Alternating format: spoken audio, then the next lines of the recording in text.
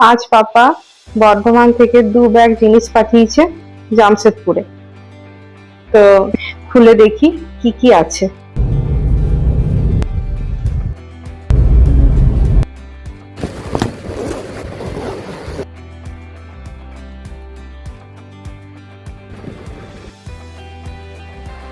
Bag খুলে ফেললাম, বিশাল জিনিস পাঠিয়েছে, কিন্তু এখনো এই বক্সটাতে কি আছে সেটা দেখা হয়নি।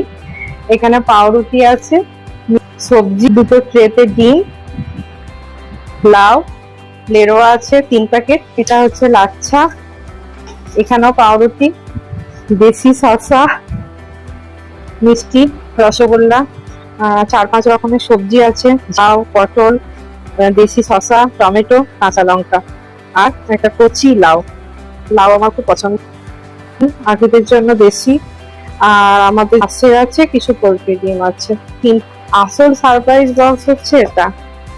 এবারে এইটা খুলে দেখতে হবে যে এটাতে কি আছে।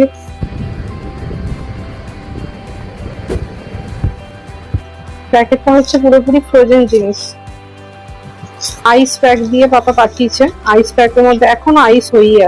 এই প্রথমবার বর্ধমান থেকে জামশেদপুরে বাসে করে ফ্রোজেন মাল এলো।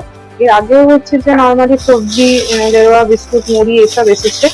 তো ফ্রোজেন মাল আসার অভিজ্ঞতা হয়ে গেল। একদম পুরো ফ্রিজ হয়ে আছে, পুরো বরফ হয়ে আছে। মানে একে এখনো কিছুক্ষণ বাইরে রেখে তবে আমি মাছটা কাটতে পারবো। তো এটা হচ্ছে ইলিশ। সাইজটা নিশ্চয়ই বোঝা যাচ্ছে। পেটে ডিম আছে, 1 কেজি ওয়েট হবে। এটা আকিফের জন্য দেশি চিকেন। ইলিশের সিজনের প্রথম ইলিশ খাওয়া হবে পাপা পাঠানো ইলিশ দিয়ে। এটা হচ্ছে আকিফের জন্য কাতলা মাছ, প্রায় 2.5 কেজি তো হবেই।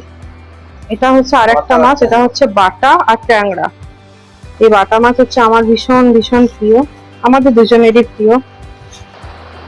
এই হচ্ছে 3 রকমের মাছ, দেশি চিকেন,